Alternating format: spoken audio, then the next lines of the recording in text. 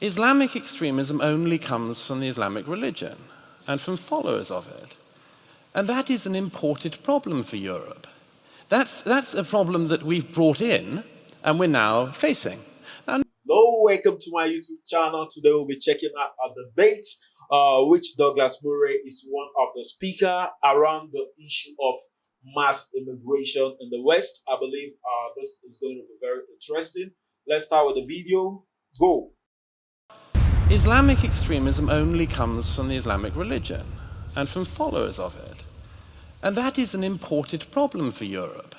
That's a problem that we've brought in and we're now facing. You are about to see an epic debate between Douglas Murray and a Muslim politician. The debate is around the issue of mass immigration in the West, an issue that Douglas Murray has been warning about for years. The Muslim politician starts by making certain claims that Douglas Murray will completely demolish. She dodges the actual problem of mass immigration happening in the West right now, but Douglas Murray does not hold back. Elif, you've been wanting to get in. I also want to make sure that you know that we are going to talk about terrorism as an issue for Europe, and I want to hear you, Elif, and you, Douglas, and then we're going to get on to terrorism.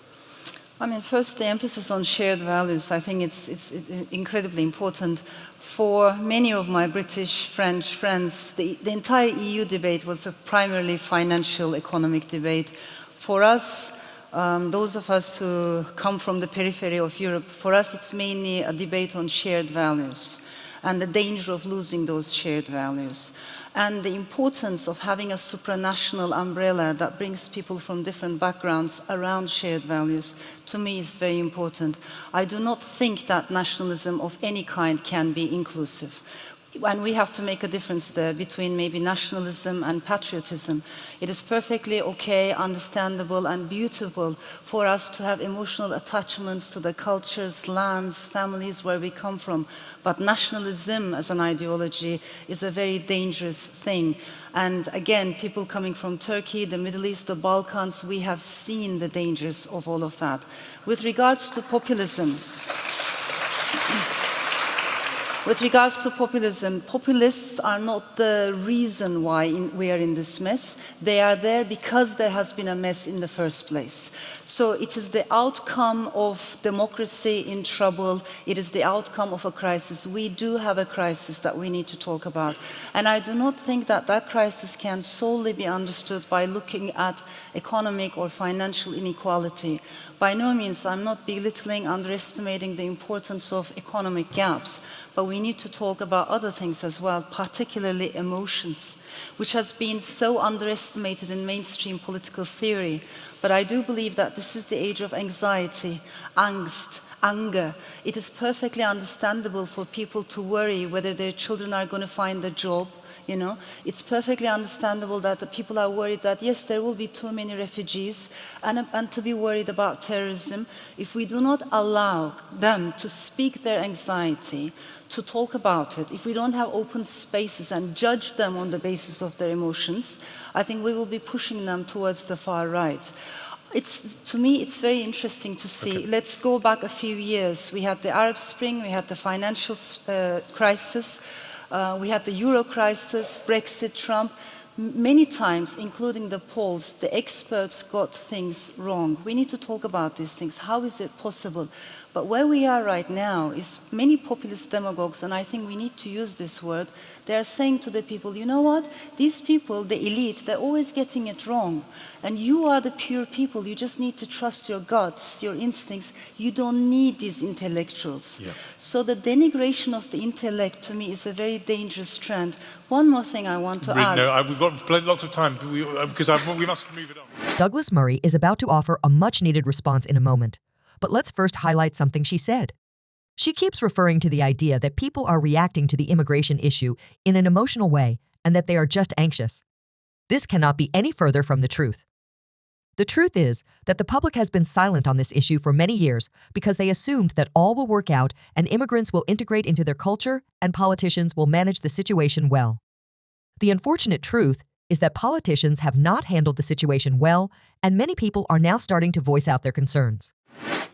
Well, firstly, let me just say that there is a narrative, we've heard a little bit of it so far, that the publics of Europe are being led astray by talented demagogues.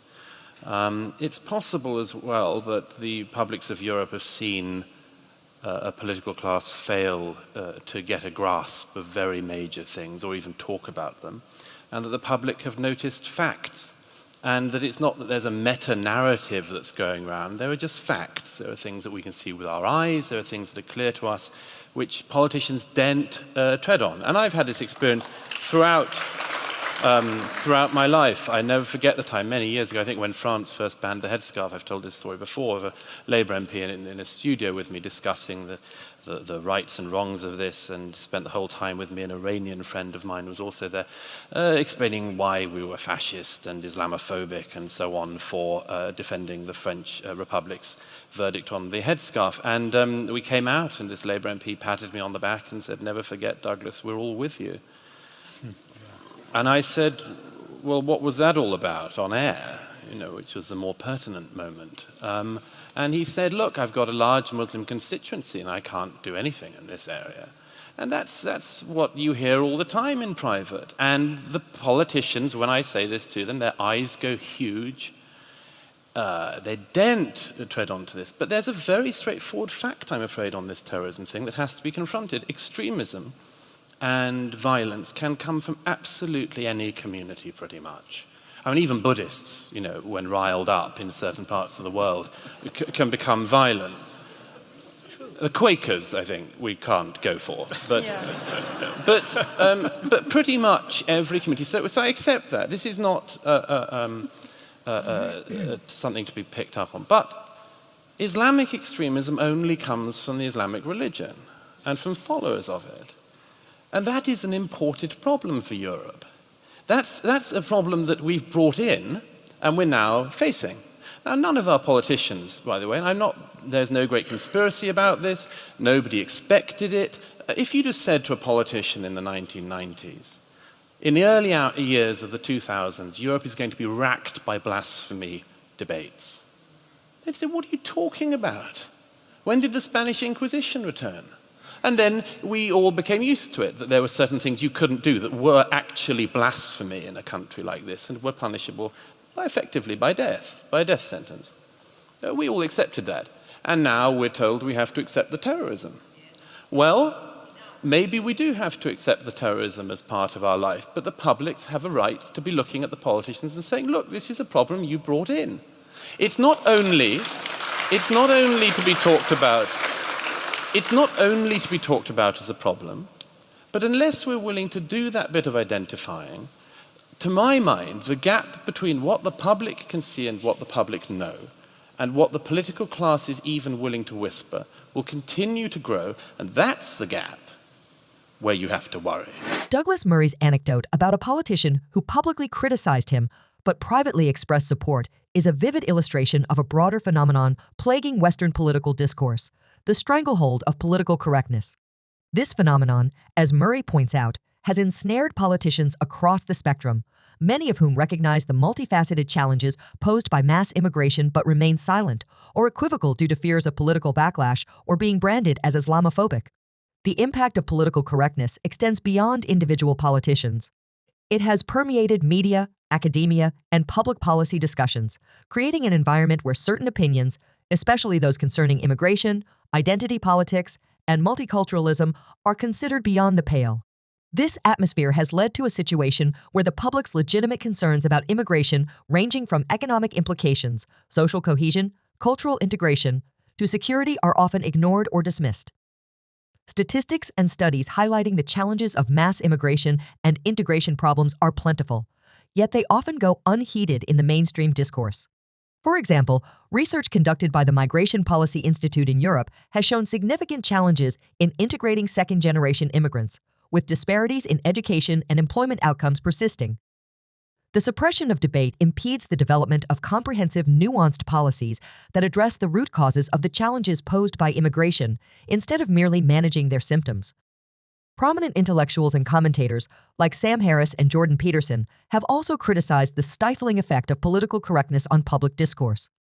They argue that it prevents society from grappling with complex issues in an honest and productive manner, ultimately undermining the principles of free speech and open inquiry that are foundational to Western democracy. what a very interesting and heated debate. We can all tell it's around the challenges facing mass immigration, the challenges facing integration, and the challenges of Islamic extremism. And Douglas Murray is trying to prove his point that a lot of those problems they are facing in British is not inherent in British culture, it's not in British tradition, it's not in British values, that those problems have been imported through mass immigration, and those problems have not been managed well by the politician, managed well by those in powers. That's why the citizens are voicing out their opinion in order for the government to be able to come up with a better strategy, come up with a better policy in order to be able to manage this problem of Islamic extremism. And I totally relate to it, Douglas Murray point. If you are coming into a country that is not your country, you have to be able to adjust yourself in order to be able to accommodate the people's culture, in order to be able to accommodate the people's tradition, in order to be able to accommodate the people's value.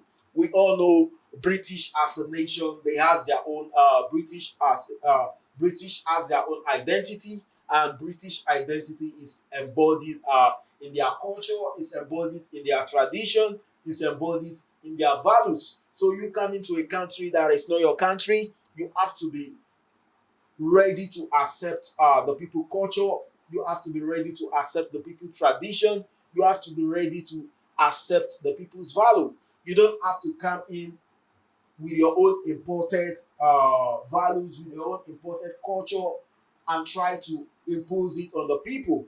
That's the point Douglas Murray is trying to prove in this video. You living in a country that is not yours, you have to accommodate the people's culture. You have to accommodate the people's value. You don't have to take offense because someone is expressing his freedom of speech, and you say the person is you say it's an hate speech, or the person is becoming Islamophobic because of the person is trying to express his opinion, because of the person is trying to express his ideology. I, for one, I believe if a nation is to flourish, or if a society is to flourish, there has to be exchange of there has to be clash of different ideas in order to be able to get a solution for different problems. And Douglas Murray is trying to state his fact clearly that this problem is not inherent in British nature, it's not inherent in British culture or British values, that this problem has been imported through mass immigration. And the problem is that the problem has not been managed well by those in power. That's why the citizens are voicing out their opinion, are voicing out their idea, are voicing out their grievance, because the problem have not been managed well. And in this debate, Douglas Murray is advocating for a better strategy, for a better policy to be set in place in order to be able to manage this problem of mass immigration and integration and Islamic extremism. I've really learned a lot just listening to Douglas Murray, though the debate was really heated. So I'd also like to hear your opinion on those challenges Douglas Murray have stated in this video. Keep the comments coming. Don't forget, click on the subscribe button, click on the like button. Do have a nice day. Yeah.